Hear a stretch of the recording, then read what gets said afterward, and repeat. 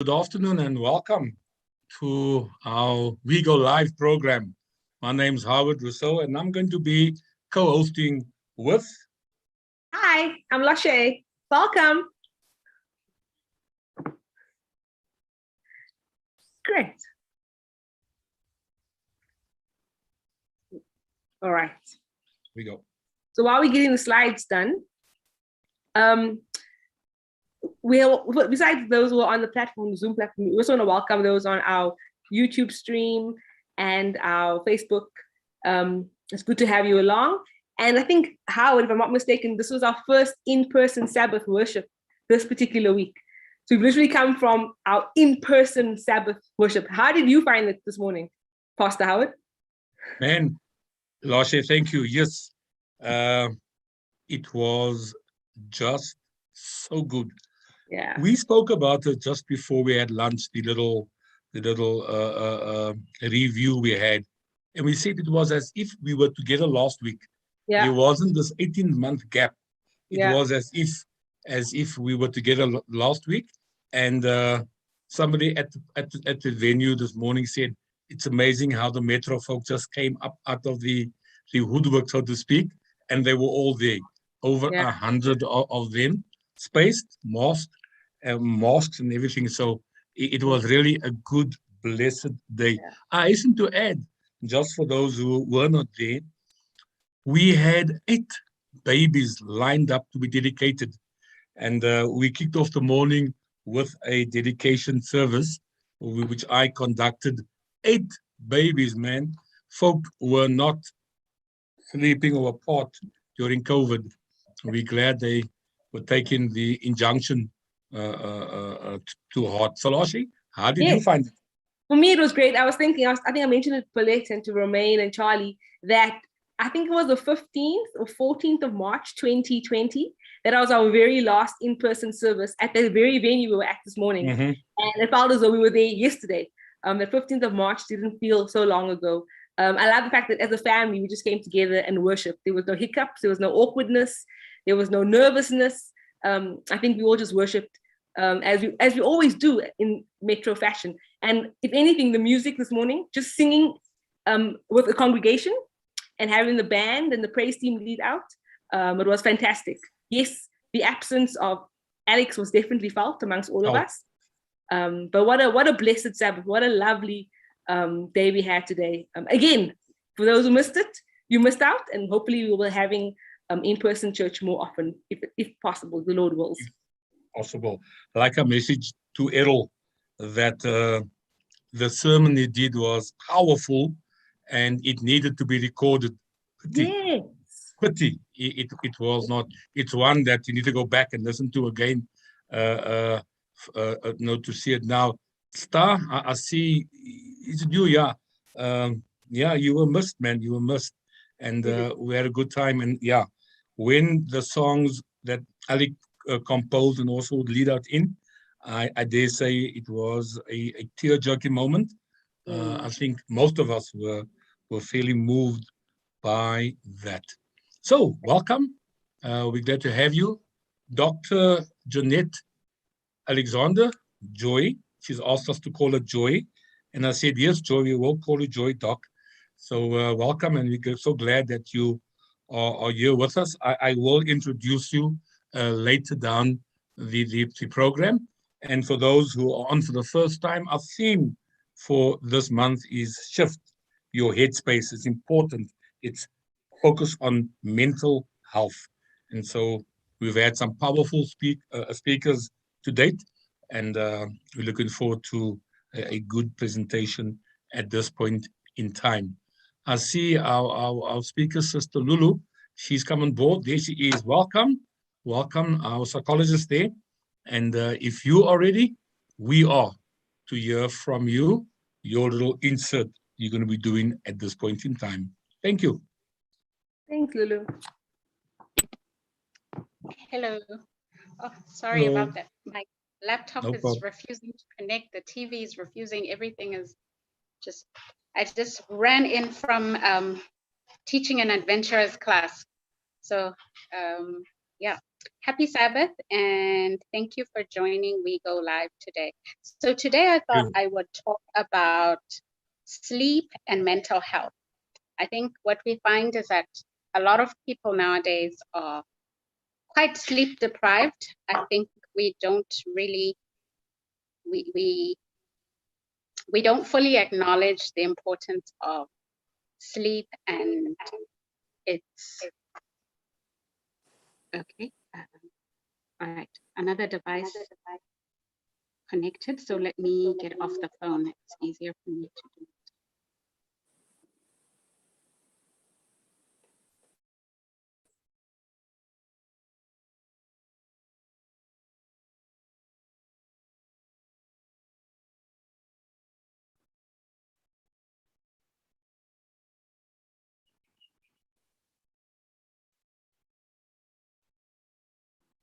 Great. Thanks, Lulu. Okay, great. Yes, so I was saying that we don't really take sleep really seriously. I think a lot of us, because you're able to survive on the 4 or 5 hours of sleep, we really downplay its importance. Last week, Auntie Lynn, I think, mentioned, she talked a bit about sleep and its impact on physical health. So today I'm going to talk a bit about sleep and its impact on mental health. Now, there's a bit of a complex relationship between sleep and mental health, because with some mental health conditions will impact your sleep, right? As in you sleep a lot, or you're unable to sleep due to the mental health condition. And in other ones, we find that sleep deprivation does increase, or it exacerbates the symptoms of some mental disorders, especially the mood disorders and anxiety as well. Now, we know that for adults, the optimum hours of sleep that we need for healthy physical and emotional well-being is a minimum of 8 hours of sleep. And I think if I did a quick survey here, very few of us could say that we consistently get 8 hours of sleep every single night. Now, the reason we don't is that we also don't understand the importance of sleep hygiene. So that's what I want to talk about, okay? Sleep hygiene is basically behaviors that one can do in order to promote good sleep using behavioral interventions, okay? So if we think of sleep as a behavior, which it is, then we need to apply behavioral interventions when that behavior is not optimal, just as we would with, an individual with conduct disorder. Let's say an adolescent with conduct disorder, we take them for behavior therapy. So there are a few things that it's important for us to do. One is to maintain a sleep routine. Very few of us have a regular routine, and that means going to bed at the same time every day, or roughly the same time, every day. Avoiding daytime naps. I know some people swear by the power naps, but it actually decreases your sleep debt, which is necessary for early onset sleep. Yeah. There's a finite number of hours we need of sleep in a 24-hour period, right? And we don't need any more of that. When we take naps, it decreases the amount of sleep that we're going to need, the following night or that evening. And this, a lot of times, then leads to sleep fragmentation. So you're waking up a lot more during the night. And then that long-term can lead to insomnia or sleep deprivation. When you are in bed, if you're awake for more than 5 to 10 minutes, don't lie down in bed tossing and turning. Get out of bed, because then what happens is your body associates the bed with being restless.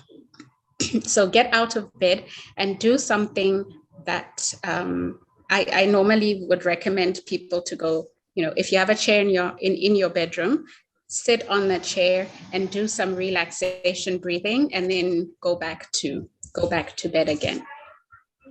Don't watch TV or use the computer or reading, especially from devices. Reading, I mean, like from devices. Don't do those things in bed. Again, the blue light from the screen actually disturbs your circadian rhythm, which is your body clock, right? We are advised, I know as a church, we say do not drink caffeinated drinks, but for those that do, try to reduce the amount of them, and certainly don't use them in the afternoon.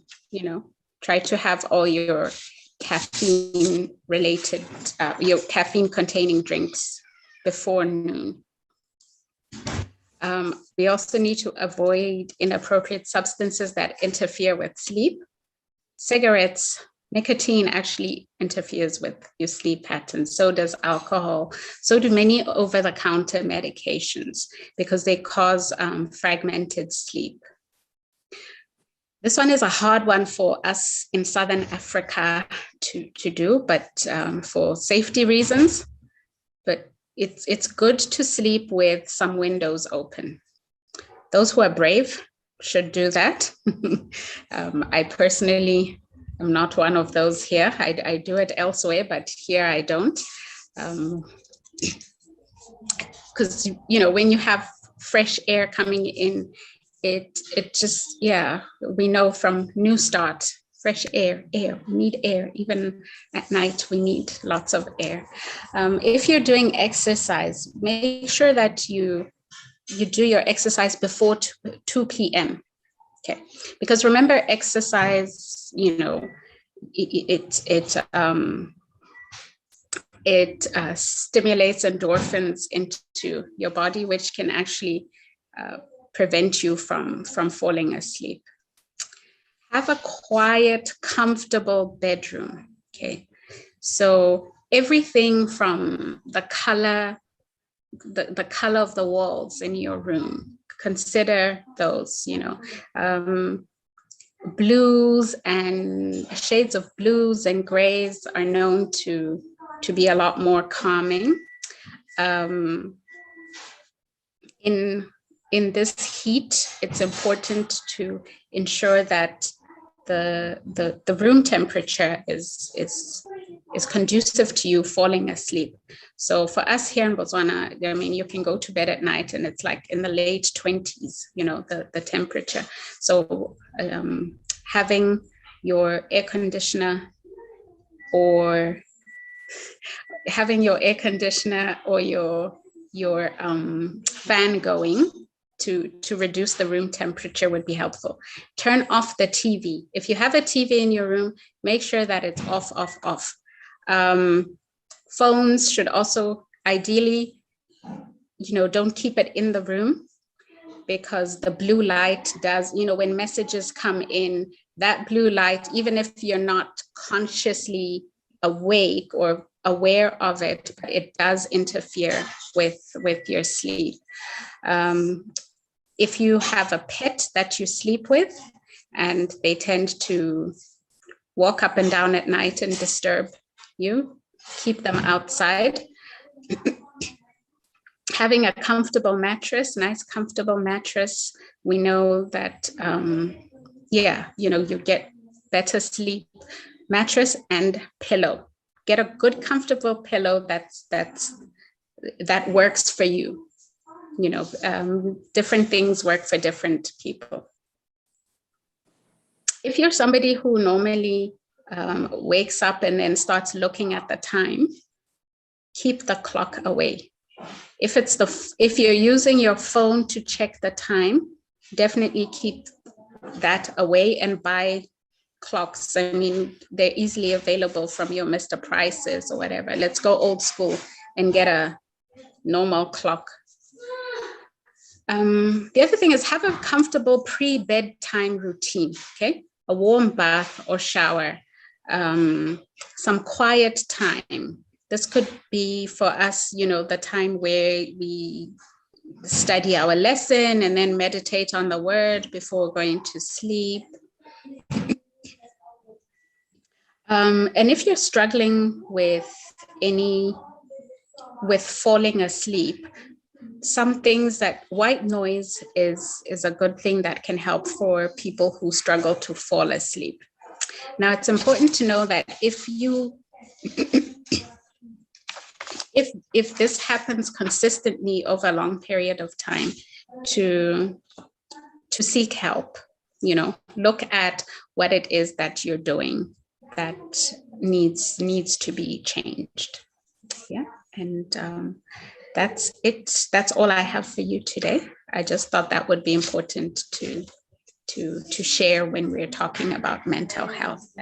Our sleep is a very valuable, it's very valuable currency and for good mental health.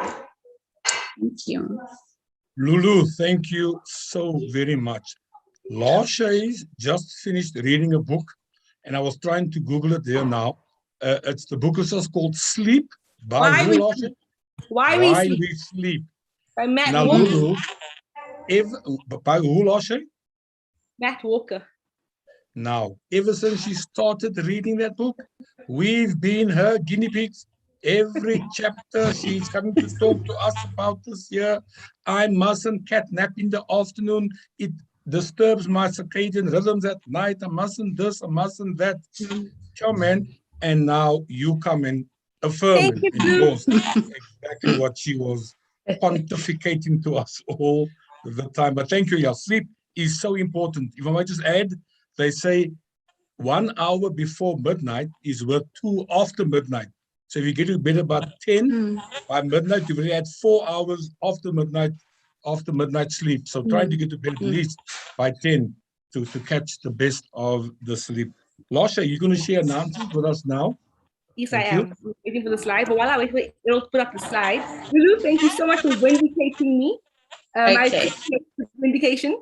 And again, how important sleep is. And as a result of reading the book that I just completed, I have blockout curtains.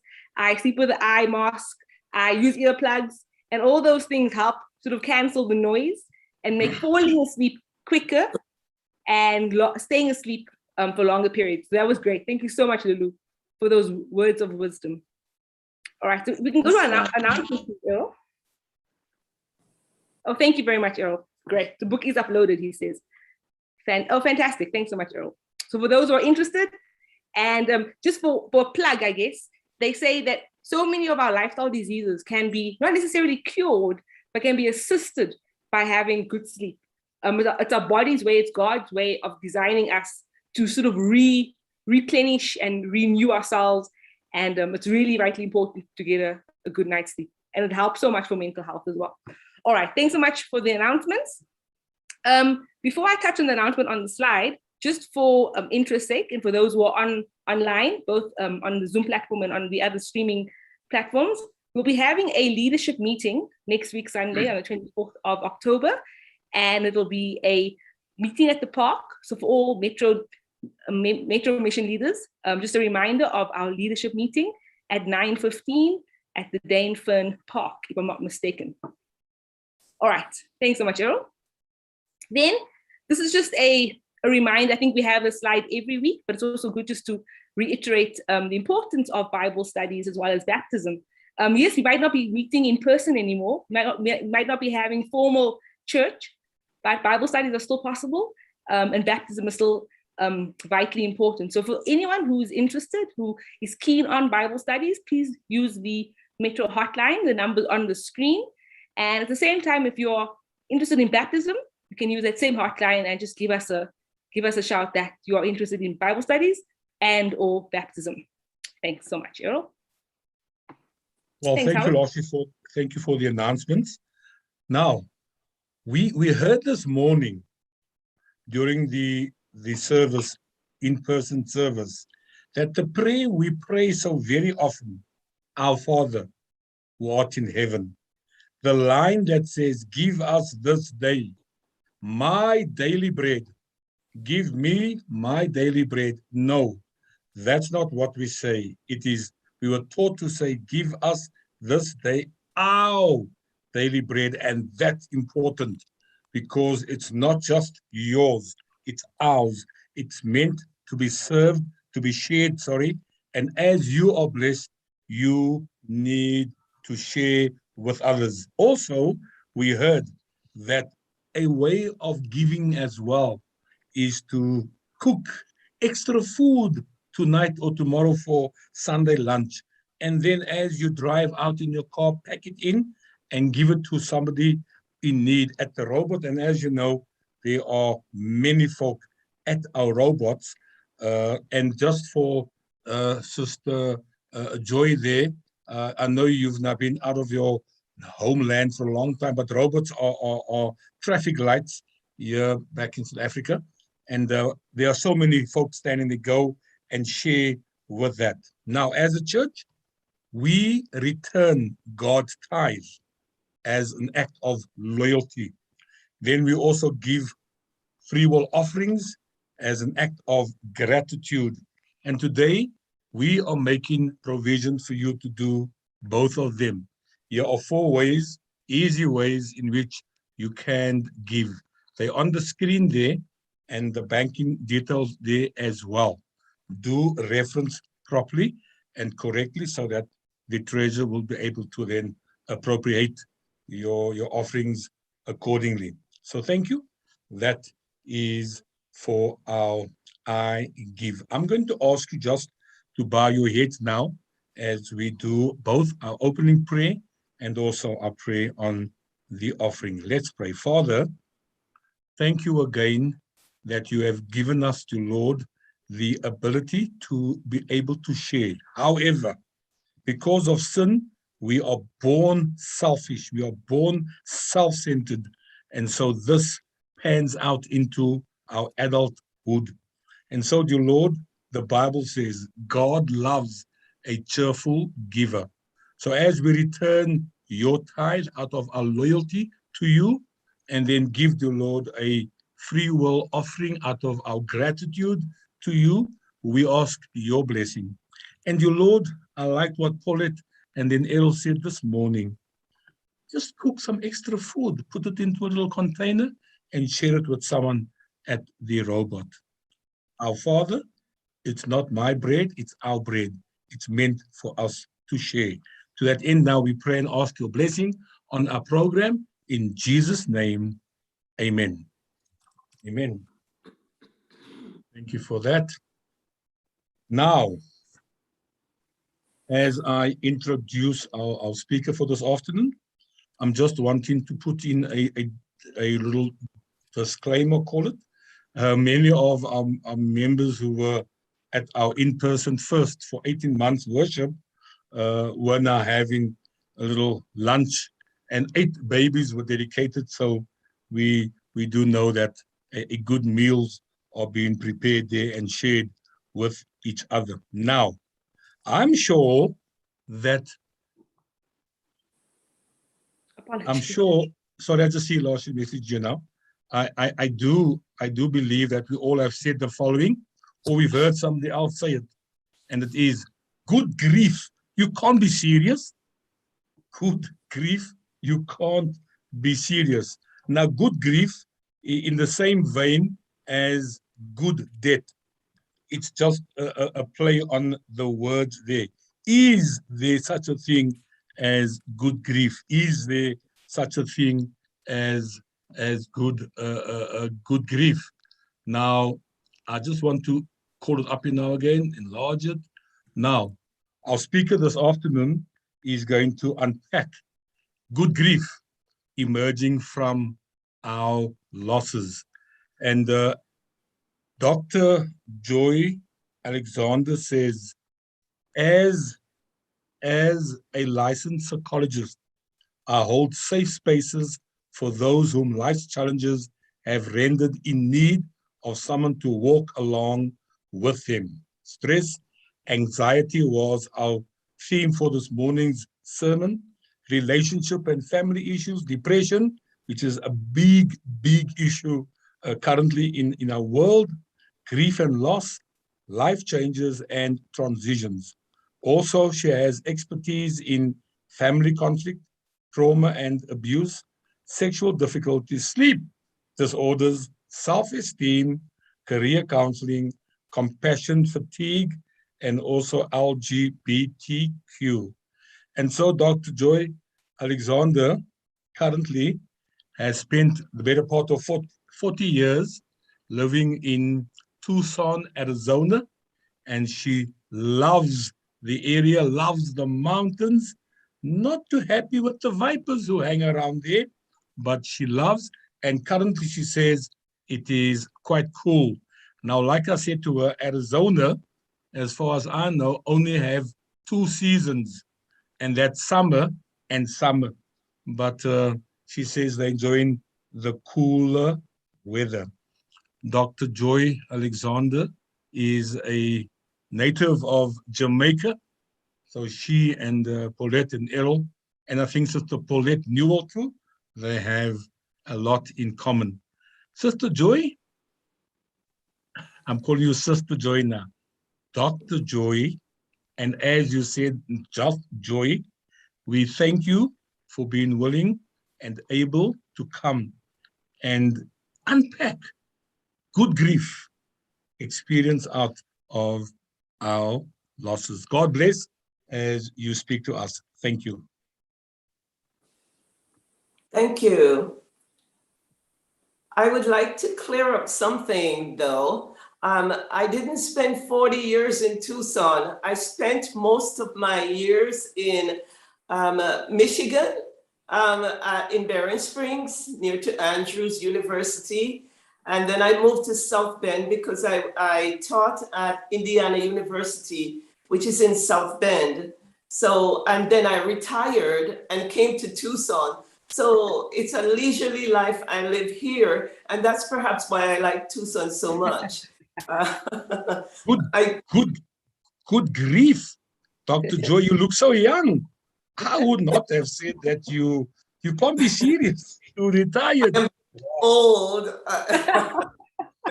Very old. Well, it's good vegetarian food. How's that?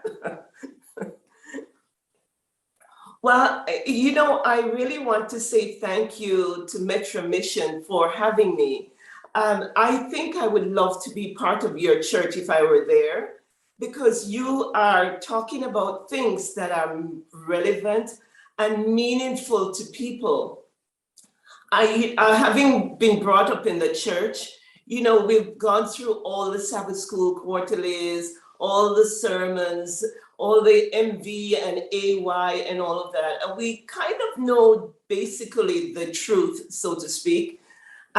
But we don't dwell on things like these. So I really commend Metro Mission for having this series, because I truly believe in mental health and in what goes on in our headspace. So I want to start out by asking you a question.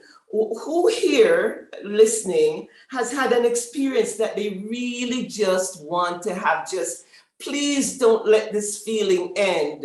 We don't want it to end. I can think of things that I like that I don't want it to end, like eating a good mango. I don't know about South Africa, but we have the best mangoes in Jamaica. And this mango is never big enough because it's so juicy, it's so flavorful, and I like to sink my teeth into it and have it just be there forever. Or if mango is not your thing, how about some really good drink or food? Have you ever wanted to eat something and like wish you had a bigger stomach to hold it all and just feast on it forever? Or how about some music? I have listened to some music that just, I could, you know, live in the space of that music for a long, long time. Or how about a romantic moment of love? Wouldn't that be wonderful if we could just be in that for a long, long time? or even if you're really thirsty on a hot day in the desert here, you don't want to have that small glass of water end. You want to be drinking a gallon of it. Or mine that I wish for is a winning streak, a winning streak in anything, you know, like I'm just successful forever and a day and I have no failures. But, you know, this is not how the world works. Things must end. It's the paradox that for things to continue forever and for the species to continue and for this world to move, we have to have some things end. And it's very hard for us humans. Survival for humans is built inside of us. We don't want to die. We don't want to change. We want the species to continue forever. So for us to continue, we must go through stages in the world's history, stages in life, stages in our own development. But stages mean change and growth. And change and growth means also loss. Change means loss. So the psychologist, hope Tulu agrees with me, that we as human beings go through stages of our own development so that we can survive longer in this world. And the first stage of psychological development is trust versus mistrust. So we must learn to trust or we don't trust. But that's the first stage of our psychological development. And it's the first because it's the most important. There are other really, really important ones, but if you don't have trust in life, then you will never prosper and be as happy. So trust versus mistrust means this. You are the child, how does the child develop trust versus mistrust? The child is crying and is hungry, and mom or someone else comes and feeds the child, and the child feels good. The child learns, I can trust the world. When I have a need, I am fed. When the child wants to be changed, and sometimes the child is not changed as quickly as the child would like. This is I'm talking about infanthood, 0 to 6 years old. Ellen White talks about those years as being the very formidable years. If the child is not changed as quickly as the child would need, the child begins to understand that they don't count as much, that they can't count on the world to be there for their needs. If the child later on, if the child is dropped off at school, and mom says or dad says or whoever says, I will pick you up at 4, and at 4:30 they're left alone waiting at the school to be picked up, and they're not. They recognize that people are not as trustworthy and they can't depend on them. So we learn trust versus mistrust from how we're treated early. If we see that our parents are sick or dying or mistreated by others, we find out that we don't have that very strong anchor to hold on to. And those things then later on in life, here's what happens later on in life. The person who learns to trust, they are more trusting of life and the issues that come to them. They're more trusting of people. Somebody will pass them who they knew and won't say hello to them. The person who trusts will say, that person must be having a hard day, or they must be preoccupied with something. I wish them well, hope they will be fine. The person who learns not to trust They will say, what did that I do to that person? And why are they so stuck up and da da da da? The person who trusts, they take more chances in life. They are more open to adventure. They are more giving. I heard in the prayer that we're selfish people, and giving offering and so on is a good thing for us. Well, the people who trust that there will always be more, they tend to give more. If I think this is my last penny, and I'm not so willing to give my last penny. If it's my last piece of bread, I'm not so willing. So trust versus mistrust is very important for us as we go through life. And you'll wonder, why am I talking about this with regard to grief? But this is the thing that helps us later on when we learn to trust. Sometimes preachers go up there and they preach big sermons and say, trust God. Well, you know what? This is my time to curse ministers and to tell them how I feel. I see you. We can't trust God who we don't see. There's a text like that. If we did not learn to trust those around us, it's much harder. So trust when we lose things later on. If we have learned to trust, we're okay. It's easier to lose things and to be grieving than when we never learned to trust in our early days. Now, trust depends upon sameness, gradual change, comfort, predictability. Because if we can't predict that when we step on the ground, we won't sink, or we can't predict that the sun will come up the next morning, we don't have real security. And that doesn't work. There's another theory called attachment theory. When we form a very strong attachment to some caregiver, we can go out in the world, we can take chances, we feel better about doing things. So trust is very important for survival.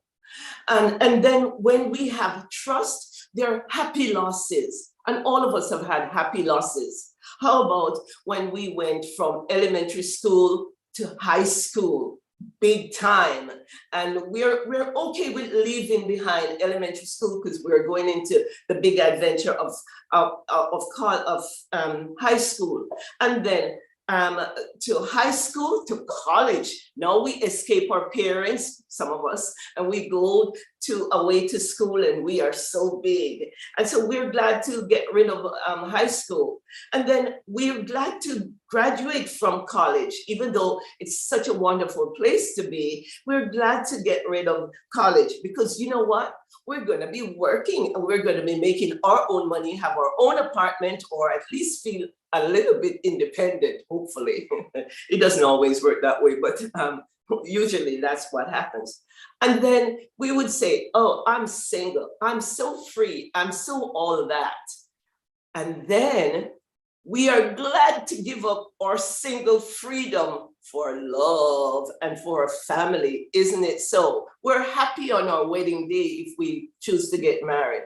And we let go of all the freedoms of, I can do this when I want, I can go wherever I want. That's a loss, but we're happy to get rid of that. And then many of us, some of us right here, have left our countries, have left one home for another to go on an adventure or something. It's a big loss. I remember when I moved to Andrews for my master's, I used to go to sleep and have a dream that I'm back in Jamaica. And, and then I would wake up and I'm in the dorm at Andrews in a cold night. And then I remember once even I had this dream, and the dream is like, wow, I'm in Jamaica again, you know, and then because somehow my brain does things to me, and I would say, and see, I can even feel the breeze, so this must be real. It must be real. I'm back home. Then I wake up and it's the same Barren Springs cold weather. So we do that. But there are, apart from happy losses, there are big, bad losses, big, huge, bad losses. And I'll just, you know them, but I'll give you a review. I have a list here. Health, I'm telling you, you don't believe me, but I got old and my bones are a little bit now stiff. What happened to just moving and bending and backing over and doing all these things? I've lost that. It's not as easy to lose my youth. It really isn't. Money. I don't know about you, but I have made some bad mistakes in my life about money. Some of them not so bad. I still don't regret some of them. I've squandered some money, but I've seen places that I still am happy I did. But, you know, people lose money for all kinds of reasons.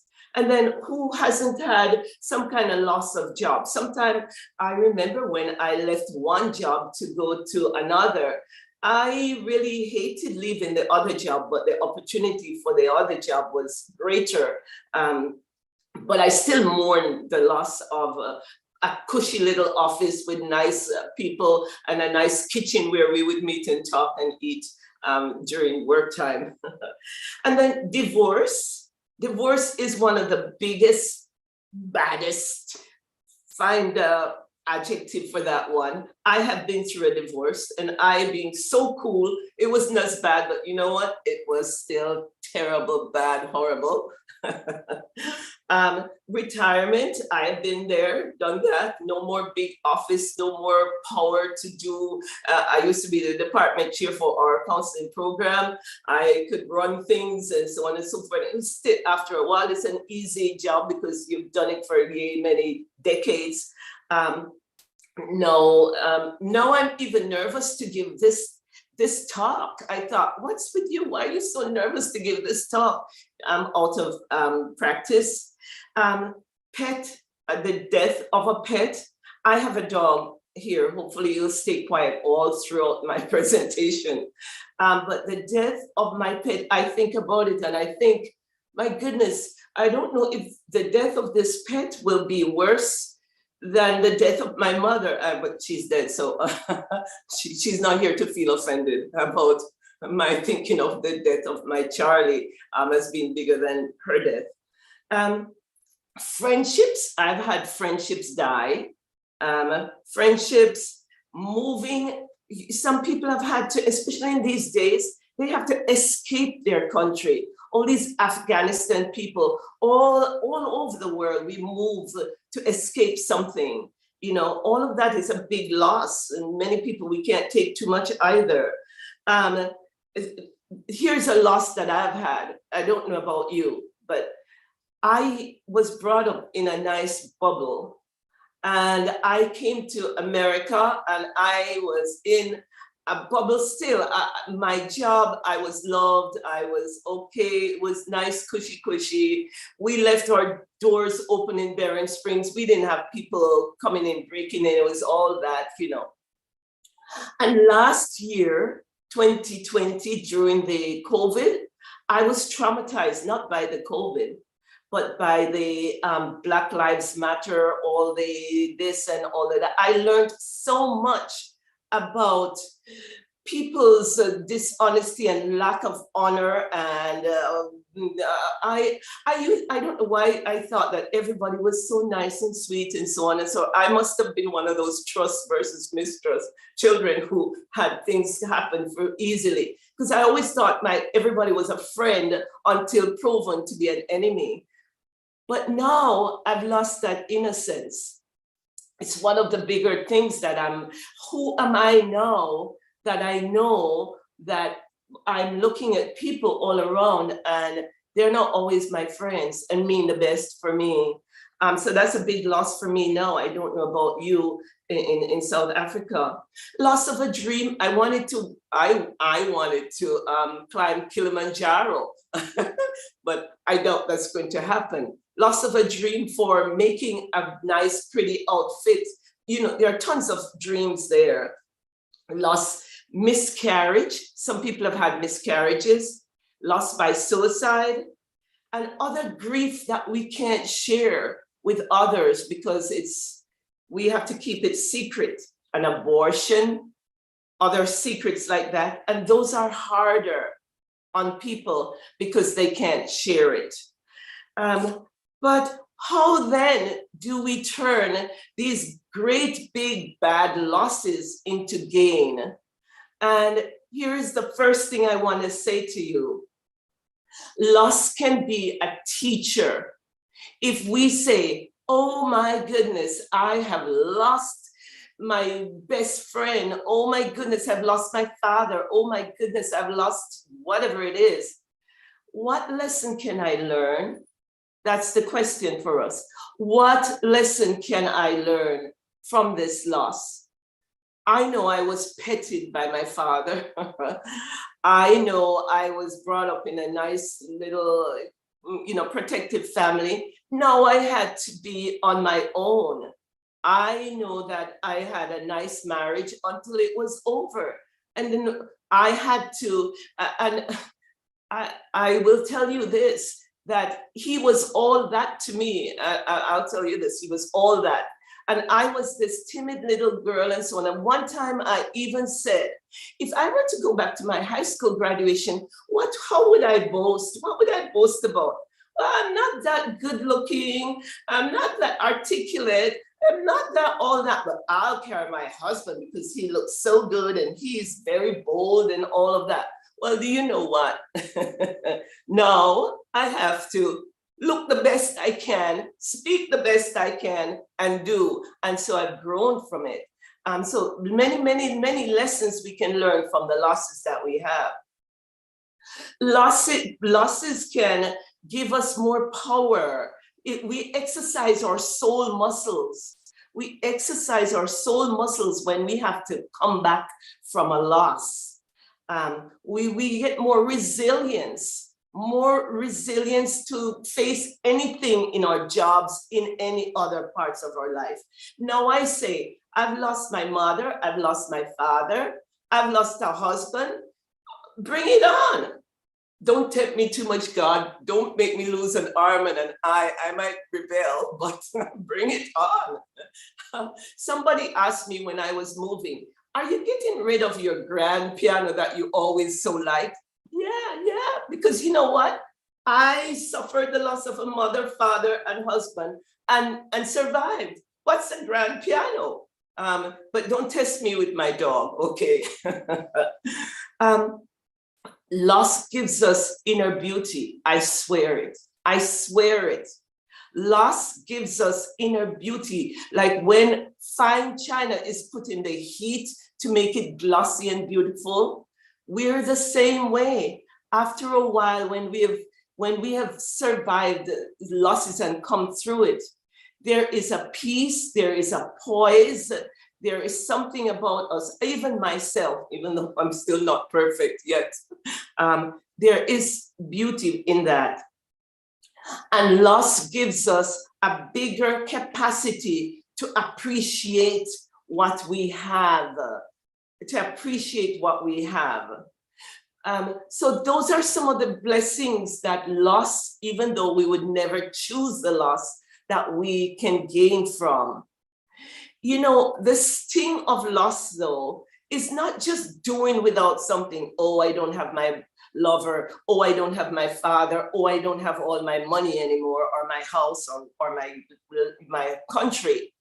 Losses, this is what is painful about losses and grief. It is a reminder that we are powerless and vulnerable. When we have a big loss, it reminds us that we're vulnerable and that sometimes we're powerless. It disrupts the sameness, the predictability, the security, and the trust that we have. That's what grief is when we're grieving. These are some of the things that we're dealing with. We're trust, like, how can I trust the world anymore? This happened. What is my security? If this can happen, what else can happen? Oh my goodness, I can't predict the future anymore because this happened and I didn't expect it.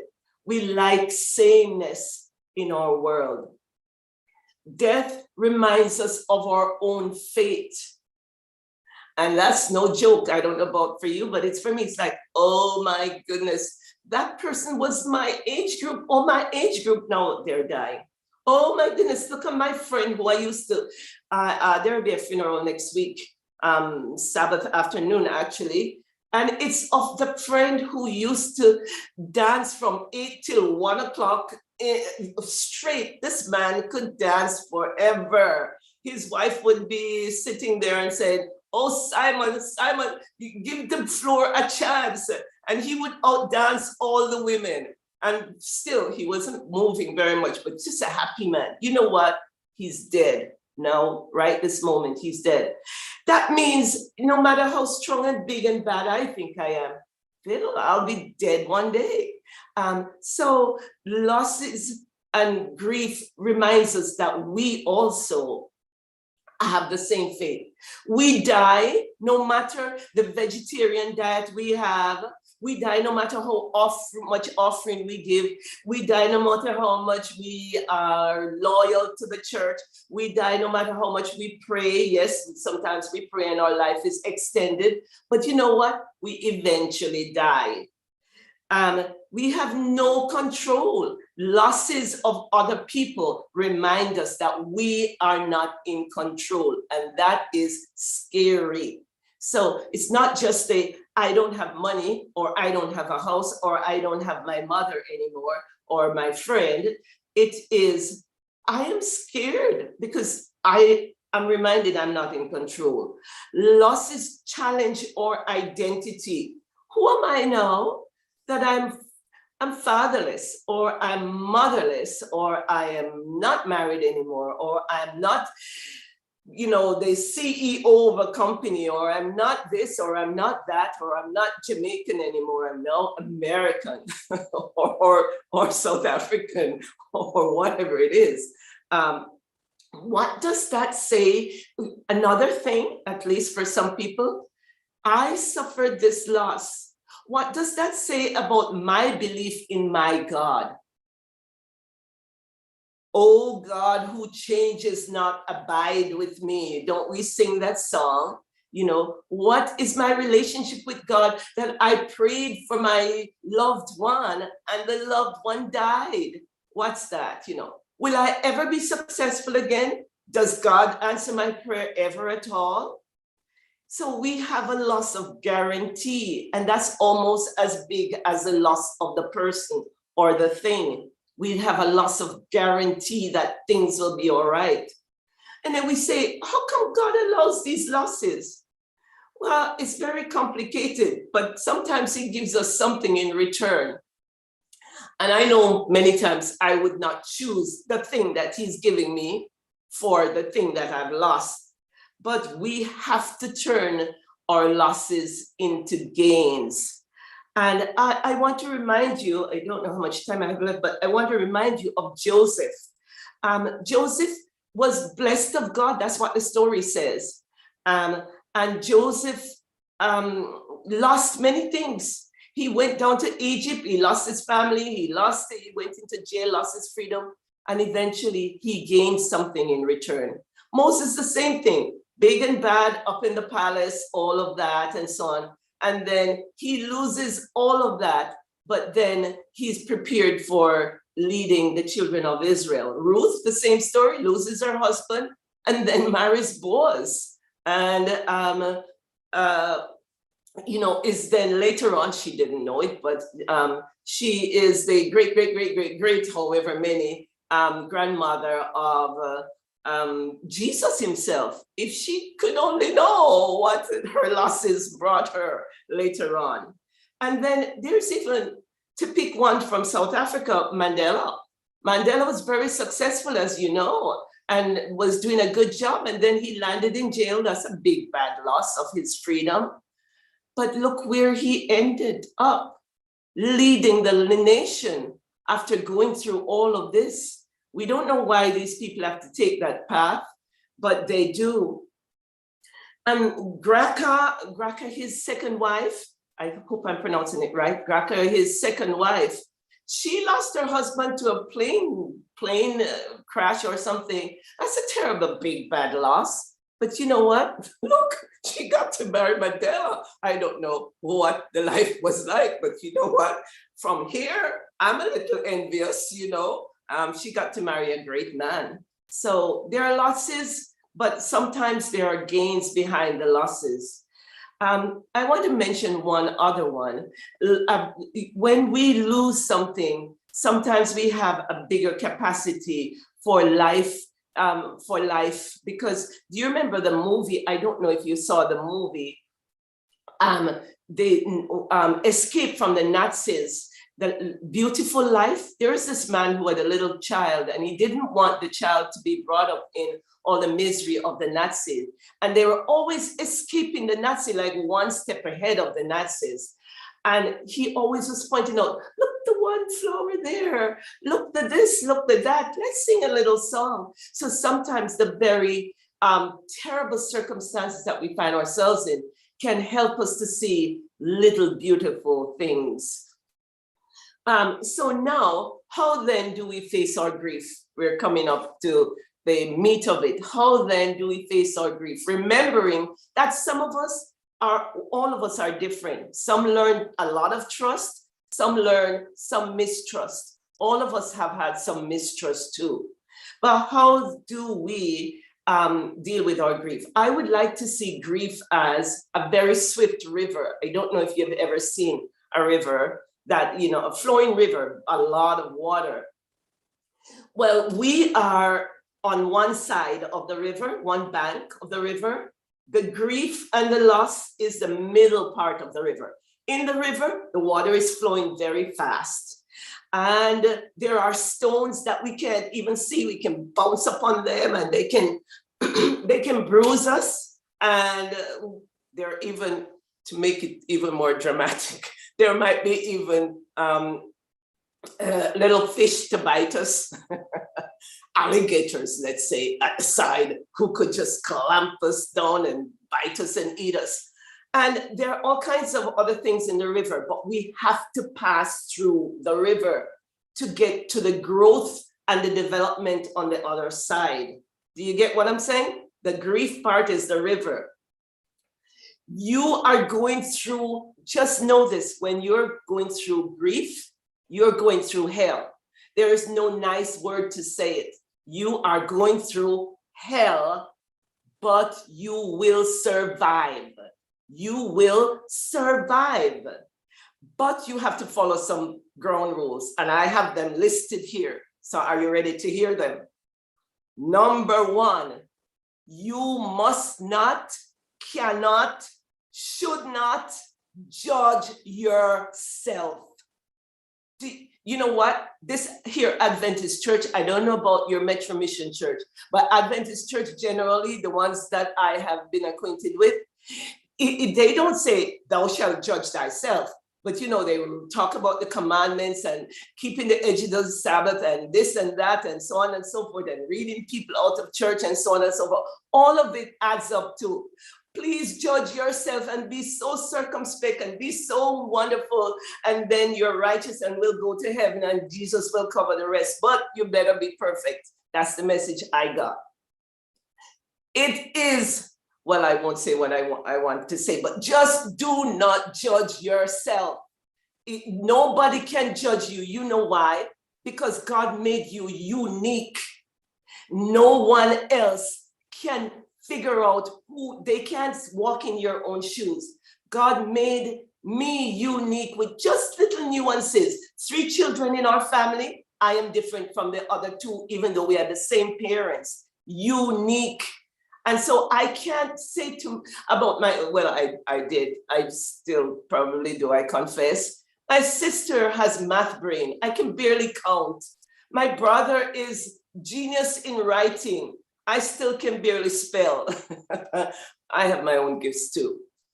But we can't judge. I can't say, why are you so dumb? Why are you such an idiot? You can't count that, or why are you this, or why are you that, or so on and so forth. Do not judge yourself in this process. You're going through hell. You'll survive it, but I don't know how you will. That's the point.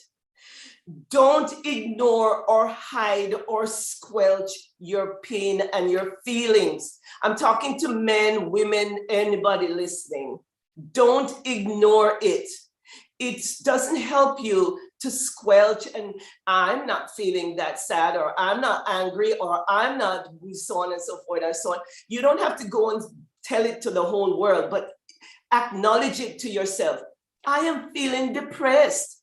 I am feeling sad. I am so angry that this happened. I'm mad at God. It's okay, God can take it. God is fine with that. At least you're not ignoring God. And God doesn't like to be ignored. Don't be Superman or Superwoman and just like, I can handle it. Yes, you can handle it with God. You can do all things through Christ, but don't be too cool. I pride myself in being so cool. And I've made all these mistakes here. So that's how come I know to tell you not to do them, right? I'm so cool. I can handle it all by myself. But you know what? There's a song that says, people who need people are the luckiest people in the world.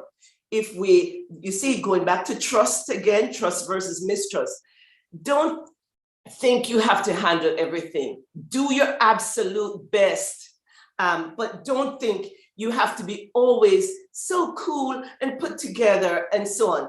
There are times when you will not be cool. It's okay. When you're cleaning your house, first there will be dust and dirt and commotion, and then you have a clean house. You're going through stress, you're going through grief. It won't always be pretty. It's okay. And if you need to cry, if you need to bawl and make noise, you don't have to wake your neighbor up. I used to go in my car and cry because it was all enclosed and I was the only one and I could cry in my car or whatever, but cry. But there are others who don't force people to cry either. If you don't feel like crying, don't. You don't have to make up the crying. But do you know that tears help cleanse your system? Tears help cleanse your system. So when you cry, you really are cleaning out your soul. So crying is good. That's why women live longer than men, I think. There's no study that says that, but I'm making it up. But it seems true that women live longer because we cry more. Men, you need to cry more if you can, if you want to. But if you don't feel like crying, don't force it. But remember, sometimes some of us are numb because we have too much pain. We have had to leave our house, we lost our money, we are in this, we have 50 stresses going along. When you have too many stresses or too much grief, too over and over, this one died, that one died, that one died, that one died, we become numb. And it's the body's way and the psyche's way of you're shielding us from some of the pain. And so when we become numb, we don't cry as much. So only you can determine if you must cry or not. Some medicines make us numb too, so be careful of the medicines you take. Yes, and then don't give yourself a deadline to grieve. It's not within a year. Some people are grieving after 10 years. Some people get over it after 3 months. There is no marathon. This is a marathon for many people. It's not a sprint. You know, Jamaicans, I want to boast, we are the sprinters. We are small, but that's why we are so egotistical and insufferable sometimes. But it's not a sprint. It's sometimes it's a marathon. Grieving, take your time, depending. Don't judge yourself. You don't try to forget the loss. Some people just say, I want to, try, let's put this behind me. Let's put this behind me, and so on and so forth. You will never forget the loss. Whatever experience you have in this world, good, the bad, the ugly, it's now part of you. It's how you use it. When you have some bitter herbs, you put it in certain kinds of cakes. When you have lemon, you make lemonade. When you have other things, acid Acid is good for good tasting food. If you don't have acid, which might be considered not so pleasant, the food doesn't taste as good. It's the same thing with our bad experiences, our losses. That will help make us more juicy and luscious and delicious later on. So don't try to forget the loss.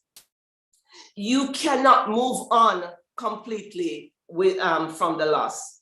And then the last ground rule is this: don't try to live out the life of the departed one. Oh, my mother, she always wanted this, and so on and so forth. So I'm now going to be a teacher because she died early, so I'll carry out her dream. Or, oh, my father had a big farm and he always had great big dreams for this farm, but he died. And so I must stay on the farm even though I want to go fly a plane or something. Don't. You got your own commission from God. Fulfill your dream. God knew what he was doing when he allowed your parents to die. Whatever it is, I know children or, like teenagers. My brother, he died early. And for my parents' sake, they don't say it exactly like this, but like my parents, they always so loved how he used to sing. So I took up piano lessons and singing lessons. This is the child, the sibling trying to make up for the other sibling's death. Don't do that. You need to live your life. God knew what God was doing when God allowed that death to be. I think I'm taking too much time, but I have a few more things to say. Is that okay? So already stop the judgment. Do not have any judgment. Some of us, part of our guilt, we suffer more in our grieving because we have guilt. You have got to stop. These are like lead vests. The things I'm talking about now are like lead vests. When we put on a lead vest when we're going into the river, and they're going to sink us, and we're going to drown we won't get over the other side. We're going to die in the swift river. And one of them is guilt. Oh, look what I caused. I didn't do that for my mother, or I didn't do that, or I wasn't the best wife, or I should have been a better financial person, or I should have watched that and said, oh, guilt. Stop the guilt. It's what is, it's what happened. Stop it now and move on. You cannot go back over and do anything about that. It doesn't help you. Stop the regret. I wish I had done this. I wish I had not done that. I wish. But you know what? The wishes, they are just the heavy vest that's sinking you in the water. And then the shame. Oh, I can't let them know I did this, or I don't want, oh my goodness, wonder if shame. Stop it. I remember, I'll just tell you my own story. We were a nice big couple in our church, and everybody thought that we were so wonderful, and I thought so too, and he did too, and whatever, It so happened that we got a divorce. And I could have, first, I milked it dry. I said, I'm getting a divorce. I can't do any posts in church. I need to grieve and I need to da. And that's true, because sometimes we take on extra work to distract us from our pain. And that's not good too. Many people take on double work and they help the world because they're avoiding their own pain. There's no virtue in that, no righteousness in that kind of work. Okay. But after I got over that, you know what I did? I took on singles ministry. In your face, I am now single. Okay. Take it or leave it. And some of my friends would say, oh, Joy, you go, single? Yes, single. I am now single. I even said it to my ex, like, yeah, because we're still friends, and all of that. And he said, how are you doing that? And I said, because I'm single. So sometimes, no shame. If you can't be free in your church, forget that church. It's just the truth. Nothing to be ashamed about. Anger, you know, anger is an easy emotion to avoid the pain. If I catch that so-and-so SOB, I'm gonna wring his neck, or I'm gonna this, you know, or they so unfair, and I'm going to tell them a piece of my mind, and you know, they better not cross me, and all of that good stuff. Anger, because it's easier to be angry than to feel depression or loss or loneliness or whatever it is that we're feeling. Violence is another one. We plot and we this and that, or we isolate. I do this sometimes. We isolate ourselves. Stop that. You know, the trust versus trust, mistrust people, the trust people, they will run to people. Oh, this is what happened to me. And because they expect to be taken care of, because when they were young, that's what they knew. The people who didn't learn trust, they go in their room, they close the windows, they close the blinds, they cover themselves, and they stay there and they do it all by themselves. Not so good. We need people. I remember a friend of mine who, she had nothing to say to me. This woman had nothing to say to me. She came every day and just sat, and it annoyed me. But do you know what I learned? I learned to be a girlfriend from the people who came to be with me anytime I had something terrible happen to me. I learned to be human. Remember I told you I was so cool before. I could do it all by myself. But I learned to be human and giving after my own experiences of loss. So remember those, don't put on the vest of guilt and shame and regret and isolation and anger and so on. It will just sink you in the water. You will drown. You'll become a bitter, and you know what? You will become a ghost. You will, and what will be walking around in the world is a bitter ghost who will be, you know, never functioning well. Remember that it is easier to have guilt and shame and regret, because those things give us a false idea that we have some control. So like, oh, I wish I had done this, which means next time I will do. Or I wish I had never done that, which means I am capable of and I can. Or shame, I will cover it up now because next time I'll do better. Or anger, he did it or she did it or God did it or somebody else. But all of those things are to fool ourselves into thinking that we have some control. We don't. So forget that. Just be with your pain and so on. The last few things, I don't know how much time I have, but the last is the memories. When you are grieving now, when you're really grieving, if you can get rid of the shame, the guilt and all of that, and if you cannot judge yourself and don't put timelines on yourself and all of those ground rules. If you have done those, here is what you can do to get to the other side of the river where you're growth and strong and big and all that. Remember the good memories. Oh, there goes my friend. He's laid out now somewhere.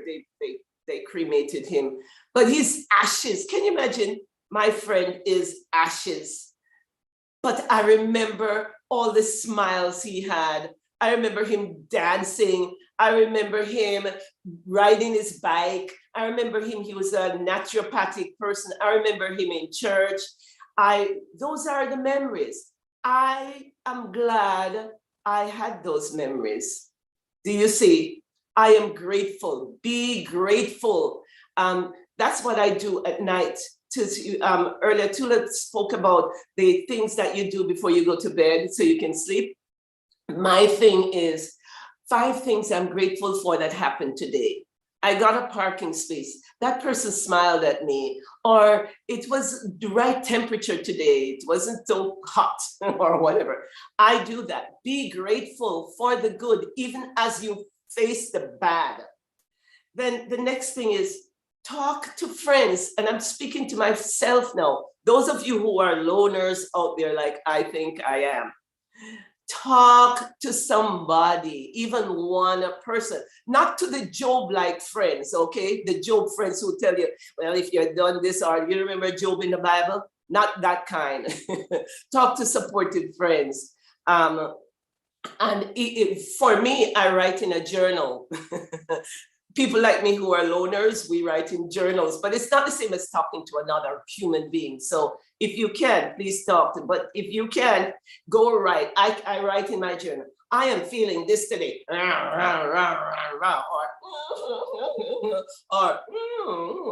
you know, whatever. You can write or do those things. Sit with the pain.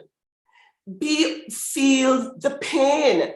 I am so lonely today for my loved one. Or it's Christmas and this was where they would be. They would have made the cake. They would have, you know, sit with the pain. If you can, form your own support group. You know somebody else who has had a loss, go be a friend to them. Sometimes the best thing we can do for ourselves is to help someone else in their loss. Oh, I lost my father, but you lost your pet and you lost your job. I will go and give you an encouraging word, and you'd be surprised how when you encourage someone in their loss, it somehow goes back to you, boomerangs to you. And Tula spoke about taking care of your body. In grief, you don't know it, but your body is working harder. It's producing more toxins in your body. It's poisons in your body. And you're going to be more tired. Your body is under great stress, even though you don't know it. So you have to take care of your body. Eat right. Eat some protein, not too much sugar. I'm talking to myself. Don't eat as much sugar and those kinds of things, but eat balanced meals. They're good for you. They'll help sustain your body.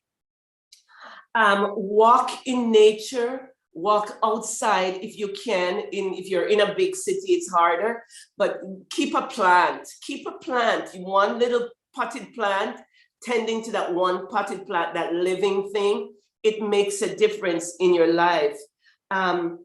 Sleep, she mentioned sleep already. You just need, there are tons of nice teas that are not, drugs, but like chamomile tea or some other kind of, yes, I see you.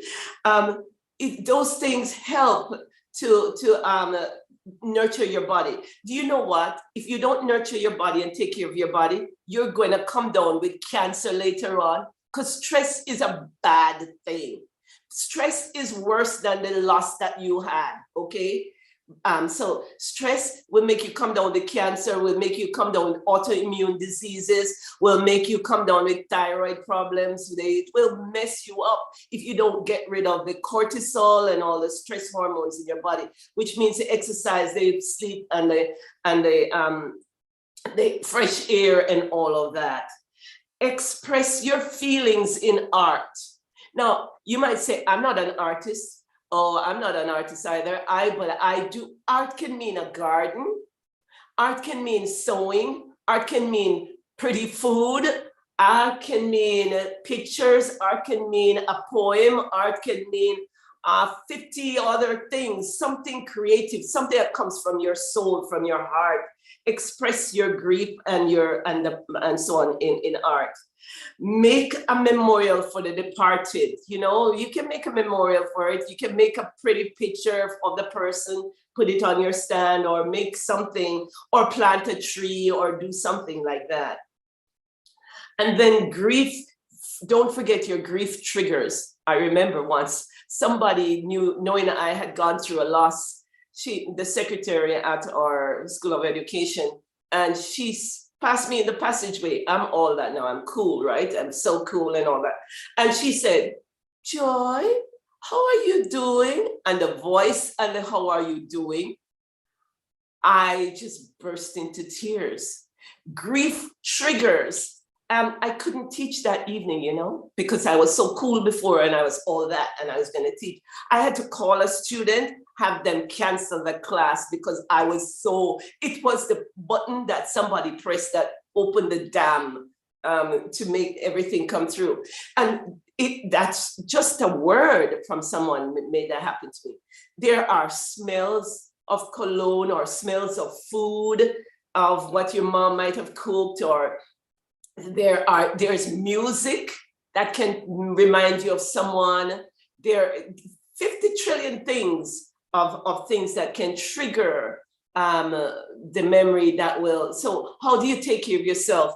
I think Tula talked about breathing slowly in and out can help you in those moments, like when you're on the platform and the trigger comes and you can't cry then.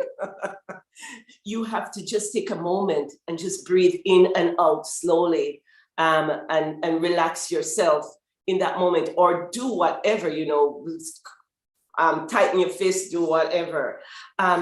So let the loved one be your guide. Would they really want you to go through all this hell and misery that you are putting yourself through? You know, even if they would get up and say, you should have done that for me, then okay, do it for one day. Take one day of your life and blame yourself and kill yourself and beat yourself and do whatever. Be done with it, because your loved one wouldn't want you being in perpetual misery.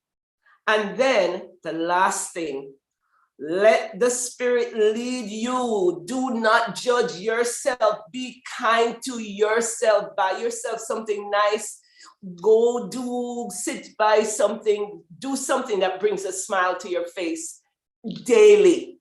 Daily, do something for yourself that brings a smile to your face, because that's taking care of yourself as you grieve. Because it is hell, but you will survive.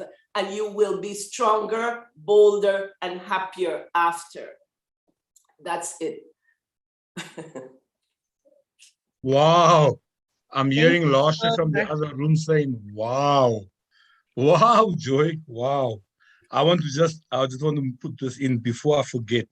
Joy, do squander some money on a flight ticket with Delta, American Express, or South African Airways, and come visit us here in Johannesburg.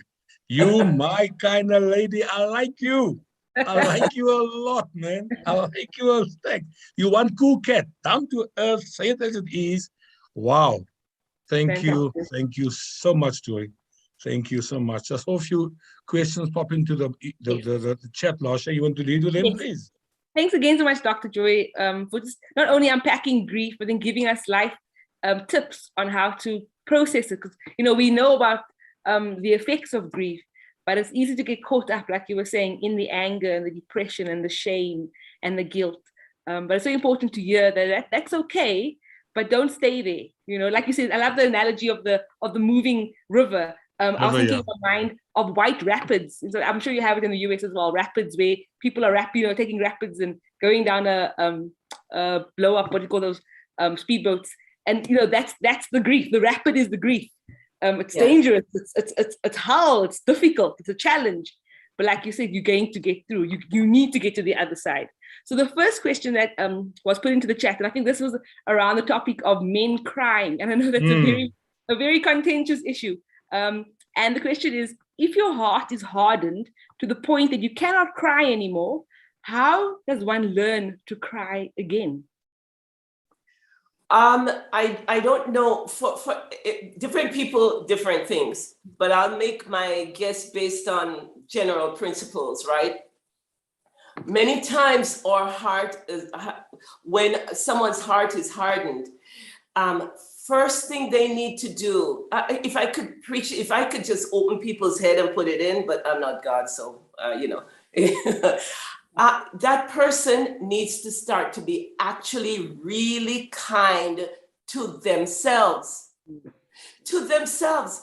You want something nice to eat. I mean, I'm not saying go eat a whole bag of sugar or a whole bag of whatnot, But if that's big, but I'm a food person, so ice cream and chocolate and good food does it for me, you know. Comfort food, you know. My kind of girl. I don't overdo it, but I know, you know, that's me.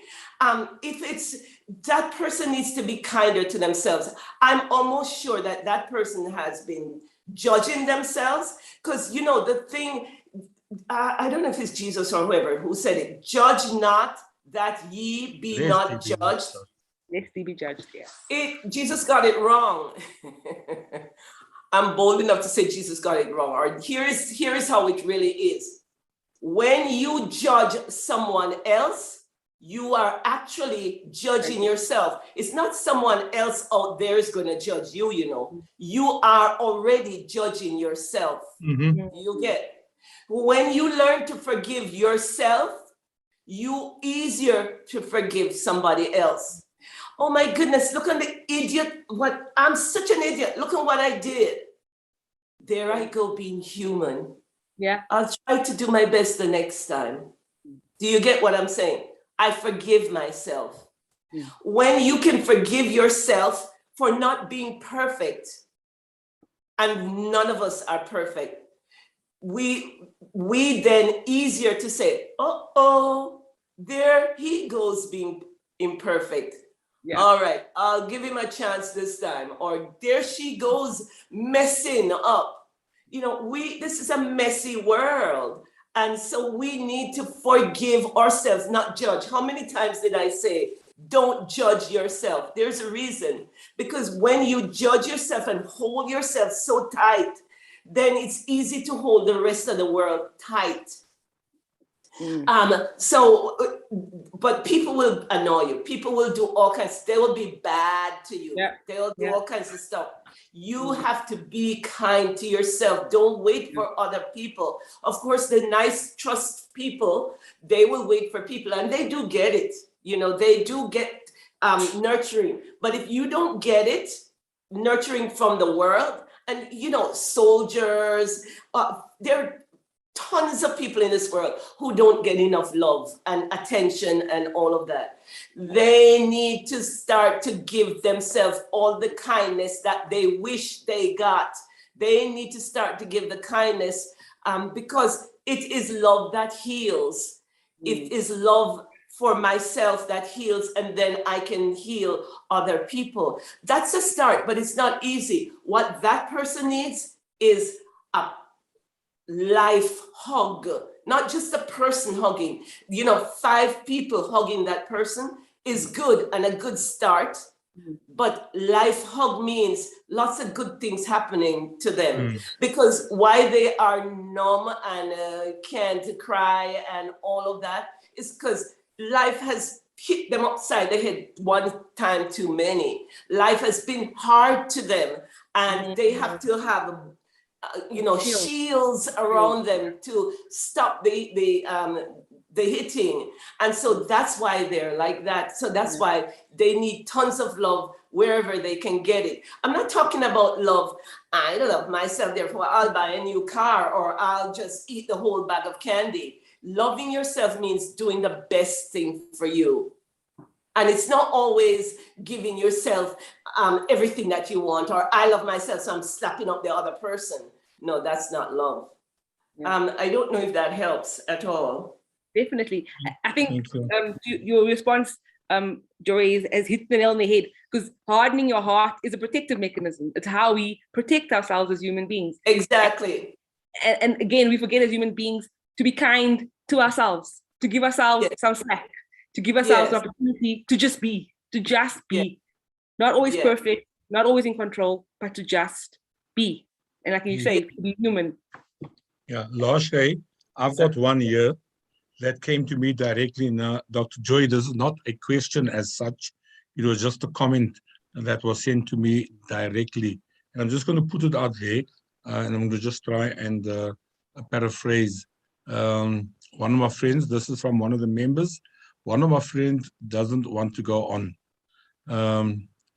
The friend's spouse committed suicide 2 months ago, and the surviving spouse is finding it very hard to go on. Now, this is a hectic, man. And the spouse, the surviving spouse, is also blaming him, herself. Now, that is almost par for the course. You blame yourself. What advice would you give to the member who is online to share with a friend? Well, as you were speaking, I remember myself. So I'll be just very personal. You know, I don't know how else to. I could try, but I'll just be personal because actually telling my story doesn't take anything from the value of who I am. You understand? Correct. I'm clear Correct. about that. So the weekend after I found out I had to have a divorce, I and that week was like, you know, just misery. And I said, I just want to go to sleep now and wake up 20 years time when this is all over. It's the same idea as I just want to die. You get? Yeah. I just want to die now because who am I now? You know, like who am I now? And I don't want to go through it. This is just too much. What's this? Because again, the grief, as I spoke about before, you question, where is God in all of this? Why wasn't he protecting? Why didn't he take care of my marriage? Didn't I pray or something? And was I that bad of a wife? We couldn't have children. I mean, you might as well know. We don't have children, blah, blah, blah. Yeah, so I wasn't the perfect wife either, but I was still a good wife. I still was a good wife. He was a good husband. You know, I mean, like, we're two good people still, and it's what it is. But yes, I remember wanting to just die too. And but I was brought up by a woman, my mother, who was like, you know, and so I just had that in me, even though my head said, just lie down and die. You know, what's the sense? I'm so tired. We did everything right. Why is this? Why, well, you know, what's the sense? I'm so done. You know, I'm done with life. I was a Pharisee in my own church. I was so righteous, it wasn't funny. And all my righteousness didn't help, you know. Salty rags. I want to tell this person to tell her friend that if she can just hang on, life gets better. I swear it, life gets better, but it's misery in between. So if she can find some little thread to hang on to, I don't know what that is. Once I wanted to die. Here's this. I wanted to die, and I was, you know, I think I was just being dramatic, you know, not really wanting to die, you know, but it's like, so on and so forth. But I would so miss being in love, because that was when I was married. Being in love, I just loved being in love. I would so miss that. So I don't suppose, well, I would miss that if I died. And I would so miss curry chicken. I would so miss curry chicken because I love curry chicken. I don't know if you know that dish, curry chicken. I so miss curry chicken. And I No, we don't. We don't. Yeah, I would so miss seeing pretty things, you know, pretty vast things. And do you know, I'm not married anymore. And I am vegetarian now. Wow. So the only thing that's keeping me alive is the mountains and the vast beauty that's out there.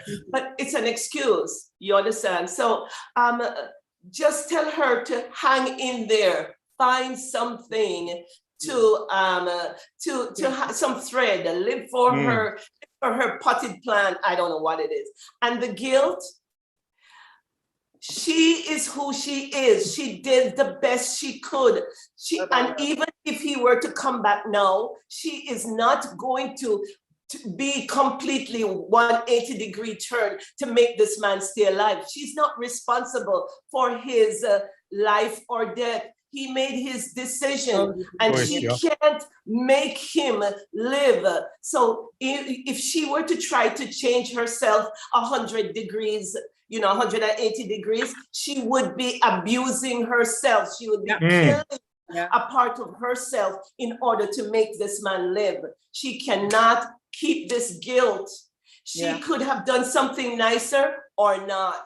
It Very wouldn't, so it's what it is. It's what she needs to focus on is what can I do now that this life is over? There is potential for a good life after this, even though it doesn't seem that way. And she wants to die this moment or give up.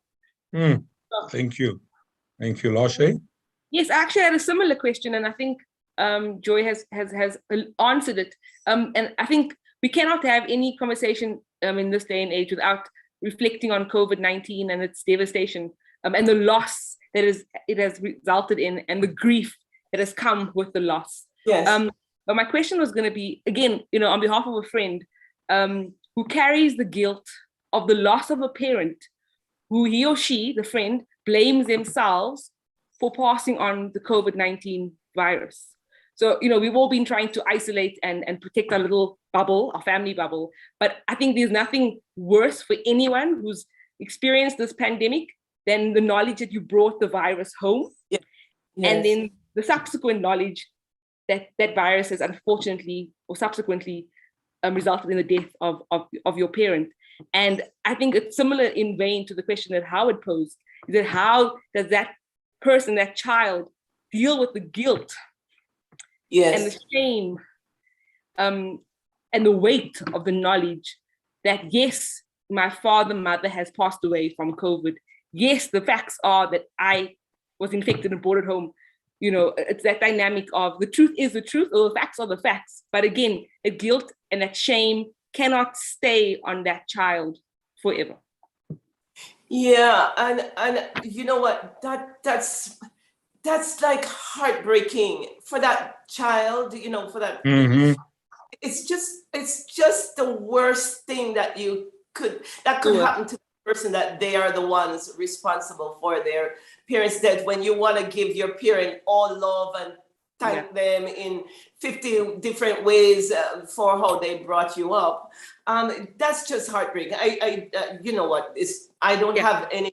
All I want to do is to hug that person and hold them. There's nothing that can be done about it. Now, the pastor can correct me, but I blame God for a lot of things. I just get up and blame God, because actually, God was watching when all of this was going on. This girl, I'm thinking it's a girl, I think you said she. So this person was carrying around the virus. I doubt it. Now, if she did it purposely, then it's another story, but it doesn't sound like it. This person was carrying the virus around, or even if she knew, she did what she could based on the knowledge she had then.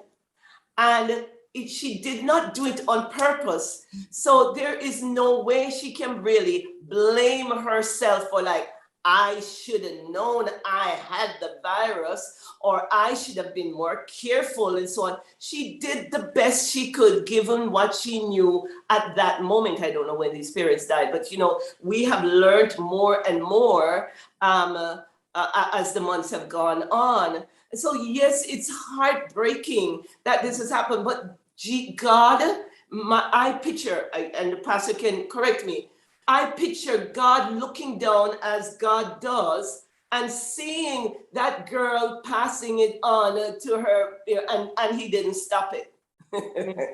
I have driven through stoplights, real red lights. I was so in somewhere else, and after I'm almost through the light, I realized that I've gone through a stoplight, and I'm still here.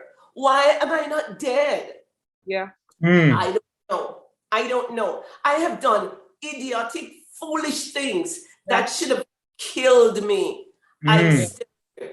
And then some other time, I'm busy being very, very careful and doing things right, and the whole thing blows up in my face. And oh my goodness, why is it? I paid my tithe.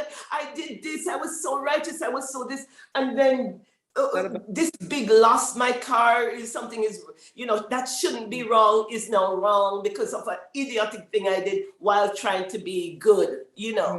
I can't explain certain things why, it is that this girl or this person gave the virus unknowingly to the parents. So she or he, they have to get over the guilt of that.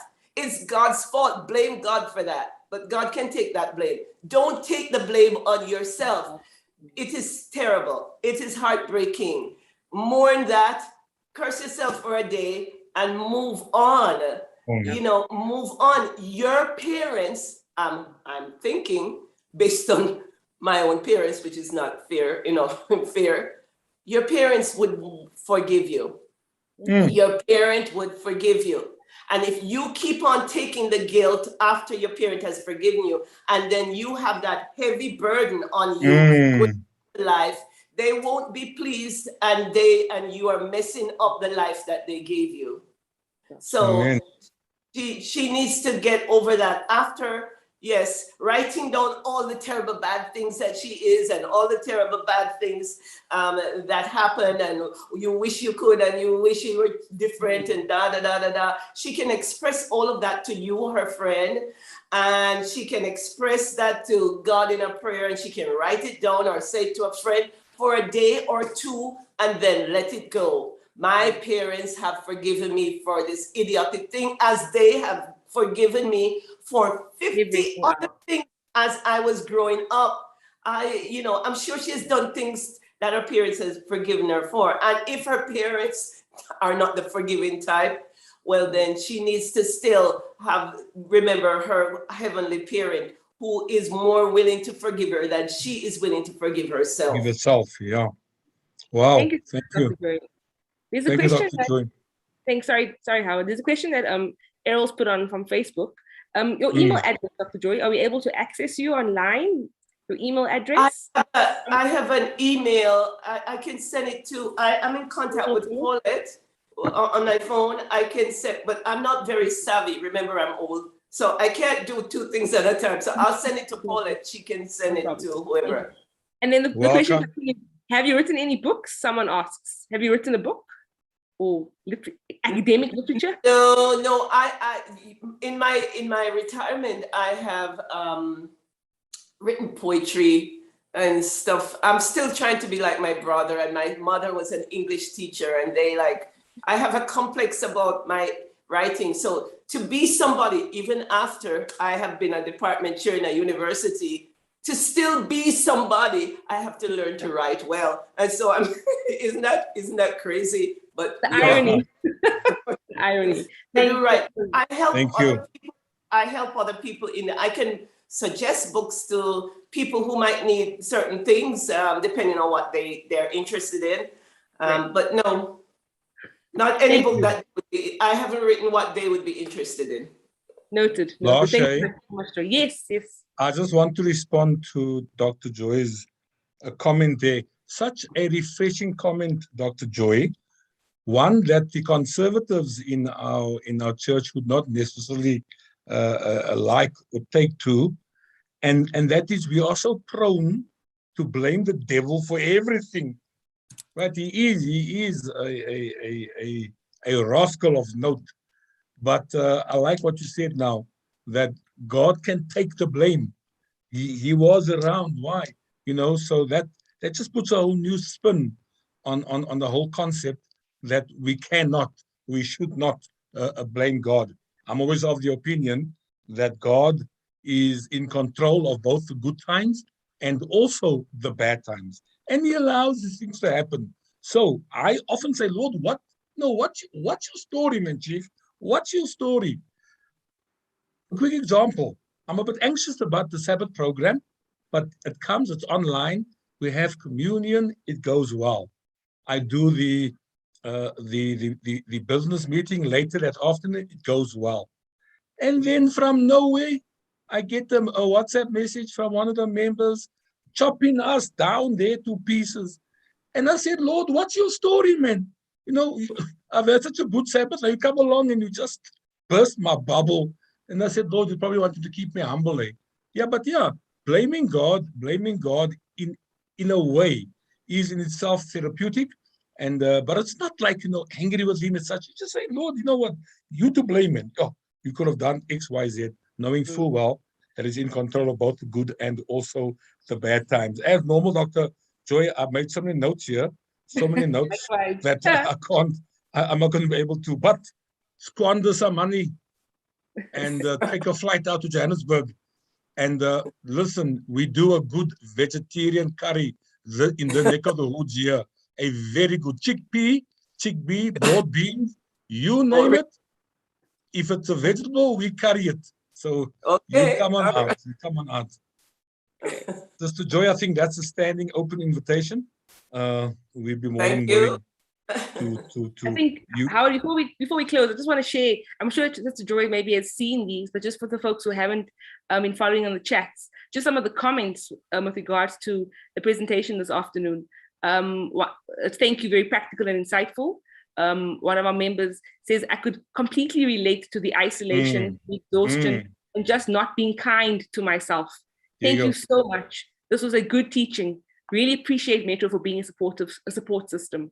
And then another message, thank you, Dr. Joy, for such useful and practical advice. It was so needed for friends and family suffering at this time. God bless you. Florenka says, thank you for reminding us that life gets better after grief. Florencia, apologies, Florencia. So yes, I just thought I'd share that with you, Dr. Joy, just the comments on your presentation this afternoon, and that it really has been insightful and has met us at our need that we're currently experiencing with the grief and the loss. That this pandemic especially, and then also the offshoot, the results of loss of jobs, loss of income, loss of stability that has come with this unfortunate pandemic. So yeah, I just thought I'd share that. Thanks, Dad. Lashe, I want to just share. Thank you. I appreciate that. I appreciate all the comments. That's encouraging to me. So thank you for making them, all the people who did. Yeah, Dr. Joy has one more I want to share with you. This comes from a rehab a facility called Temba na Mandla. And you pronounced that name very well. Grasha Mandela Nelson Watson. Grasha Mandela. Yes. Grasha Mandela, yeah. Grasha. It says here, Grasha. The lady who married Nelson Mandela. The second president that she's married. Now, this is a rehab that Metro has kind of adopted, and we assist them, gentlemen who are, what's the word now? Addicted to substances. And they were online this afternoon, and they said to the family at large, thank you so much for having us. From the Temba na Mandla family, have a blessed evening and further a blessed week. Much love. Dr. Joy, thank you so much for the wisdom, what's it now? And understanding. Wisdom and understanding. Thank you so much. That comes from the gentleman at Temba na Mandla. Thank you. I appreciate that. Thanks. Yeah. Well, Lasha, you want to remind us of next week? Who's on for next week? Before we close in prayer and thank Dr. Joy once again, if Errol can just maybe share the slide with us, please. Thank you. So next week, still on the theme of Shift Your Headspace, we will have none other than our very own Aunt Gail Masondo and guests for On the Other Side of Tomorrow, or FOMO, the fear of missing out for those who are unfamiliar. So yes, do join us again next week at the same time and in the same place, either on Zoom, Facebook, or YouTube, all our Metro platforms, and do look forward to Auntie Gail sharing with us next week. And I find Auntie Gail's presentations light and refreshing because she brings guests along. So it's an interactive presentation. So do join us as we continue shifting our headspace. Thanks so much, Errol. Thank you, Lashe. We're going to ask Dr. Joy if she will pray us out. Let me just correct Lashe. At the end of the program, she reads, the program is what it says here, on the other side of yesterday, not tomorrow. Oh, did I say tomorrow? Apologies. No problem, no problem. I'm glad I'm in good company. And Dr. Joy, when it comes to IT, you in good company when you're with me, not able to do all these things together. Don't worry. You are in good company. Makes two of us. Dr. Joy, from all of us again, both on the Zoom platform, also those who have joined us on Facebook and YouTube, we thank you so very kindly. You know, at Metro, Metro has, and I joined the church, I became the pastor after they were up and running. Their whole, what's the word now, is keep it real. Keep it real. And Ethos. you kept it, what's it? Ethos. The ethos of Metro. The ethos here is to keep it real. And you did just that this afternoon. You kept it real. And thank you so much for just being you and being comfortable with being you. And so thank you for unpacking good grief. You can't be serious. Yes, we are. Dr. Joy, thank you so much again. And Errol said you kept it 100% real. Do pray us out. And we wish you all a good week. And we look forward to seeing you next week. Dr. Joy, if you have nothing to do, next Sabbath afternoon, 4 o'clock, CAT. In the morning, it's her side. Local time, your side in the morning. Do join us and come online and come enjoy Aunt Gail, one of our own. And she hails, she's a native New Yorker. New Yorker. So, but now living in South Africa and married to a South African. Thank you so much, guys. God bless. Goodbye. Catch you on the other side. Right. Thank you, Dr. Joy. Okay, let's bow our heads. Oh, dear Lord, who loves us above much more than we love ourselves. Who you are in control of everything. You know the end from the beginning, and your ways are past finding out. And we know the text that says the Lord giveth and the Lord taketh. But we find it very hard to say, blessed be the name of the Lord, while saying the Lord giveth and the Lord taketh. But help us to bless you even in the times that we don't understand. Give us the grace. We pray for extra grace, and help us to know that you are with us.